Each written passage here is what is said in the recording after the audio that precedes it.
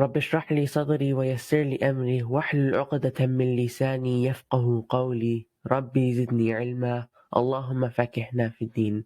إن الحمد لله نحمده ونستعينه ونؤمن به ونتوكل عليه ونعوذ بالله من شرور أنفسنا ومن سيئات أعمالنا. من يهد الله فهو المهتد ومن يضلل فلن تجد له وليا مرشدا. ونصلي ونسلم على محمد وعلى آله وصحبه إلى يوم الدين. In Surah Fajr, ayat 15 and 16, Allah subhanahu wa ta'ala says, أعوذ بالله من الشيطان الرجيم فأما الإنسان إذا ما ابتلاه ربه فأكرمه ونعمه فيقول ربي أكرمن وأما إذا ما ابتلاه فقدر عليه رزقه فيقول ربي أهانن. As for man, when his Lord tests him by exalting him, he says, My Lord has deservedly exalted me. But when he tests him by straining his sustenance, he says, My Lord has undeservedly humiliated me. In these two ayat, Allah subhanahu wa ta'ala addressed a very common moral state of human beings, a right and balanced attitude. What is a right and balanced attitude? It would not be appropriate for us to get guidance on this issue from anywhere except the Holy Quran, Allah's true words. I'm sure that throughout our lives we have come across a similar situation. The most important part of right and balanced attitudes is that it will heavily affect our akhirah or afterlife. If we speak with arrogance, we will be looked down upon in this dunya as well as being punished in the afterlife. The wisdom and guidance described in these ayat of Surah Fajr will give us a balanced way of dealing with the most critical states of our lives with hope and gratitude. Imagine a world where everything goes your way. Your predictions are always correct, everything you want to do happens when you would like it to, and there are no obstacles in our lives. Although that is the description of Jannah, it is unlikely that we will experience a life like this in this dunya. Allah subhanahu wa ta'ala wants to see if we are truly worthy of Jannah by giving us obstacles throughout our lives. A prime example of this is the COVID-19 pandemic. This is an obstacle given to us from Allah subhanahu wa ta'ala to prove that we will worship Him at all times and not only when everything is going well for us. Something to know is that Allah subhanahu wa ta'ala will never give us a challenge that we can't bear or complete. As He says in the last ayah of Surah Baqarah, أعوذ بالله من الشيطان الرجيم لا يكلف الله نفسا إلا وسعها. Allah subhanahu wa ta'ala doesn't burden a soul for more than it can handle.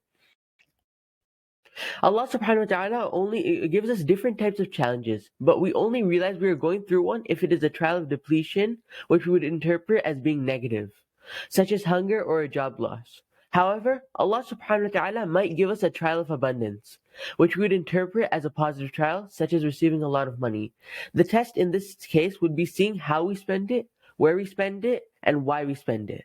Allah subhanahu wa ta'ala wants to see if we will be arrogant and say it is from our own doing, or if we will be thankful to Him for blessing us.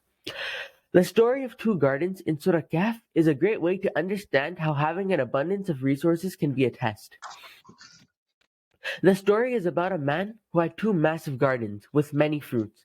He was a wealthy man, and one time one of his companions came over to his gardens to meet him. While he was there, the owner of the garden started to brag to his companion about how he was much wealthier than him, and his garden was all from his own doing, and he did it without any help whatsoever. This is the sign of someone who failed one of Allah subhanahu wa ta'ala's trials. As soon after that, everything he owned was destroyed by Allah subhanahu wa ta'ala because of his kibr or arrogance. Earlier, I read two ayat from Surah Fajr. In ayah 15, Allah subhanahu wa ta'ala gives us an example of a person who gets an abundance of resources from Allah subhanahu wa ta'ala.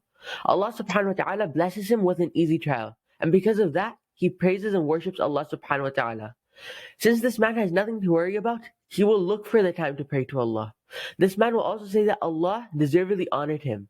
This statement shows some kibr or arrogance. He is saying that he deserves to be blessed, which shows that he is very proud of himself. And he thinks that he is the greatest human being on the planet. However, this man, believe it or not, while he may be praising Allah subhanahu wa ta'ala now, it soon turns into ingratitude. In the 16th ayah of the surah, Allah subhanahu wa ta'ala gives us an example of the exact same man, who had an easy ride until then. He says that when he gives him a harder challenge to go through, such as a sickness, debt, or loss of a loved one, he says that Allah subhanahu wa ta'ala has undeservedly humiliated him. This man is someone who shows his kibr whether he is in a good situation or a bad situation. When he was in a good situation, he saw himself as the best. But when in the bad, he tells Allah subhanahu wa ta'ala that he is too good to be in this situation. We can clearly see from this example from Surah Fajr the true meaning of these tests. Allah subhanahu wa ta'ala's main goal from this is to see if we remember Him when things are going well and when things couldn't be worse.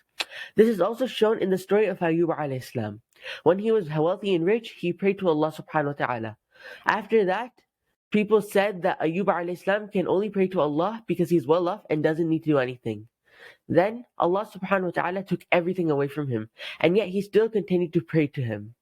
We need to be like Ayyub alayhi salam, someone who is obedient to Allah in whatever position he is in, good or bad. I pray to Allah subhanahu wa ta'ala that He makes us like Ayyub alayhi salam and helps us get through this pandemic as easily as possible. Ameen. أقول قولي هذا واستغفر الله لي ولكم ولسائر المسلمين في كل ذنب فاستغفروه إنه الغفور الرحيم. السلام عليكم ورحمة الله.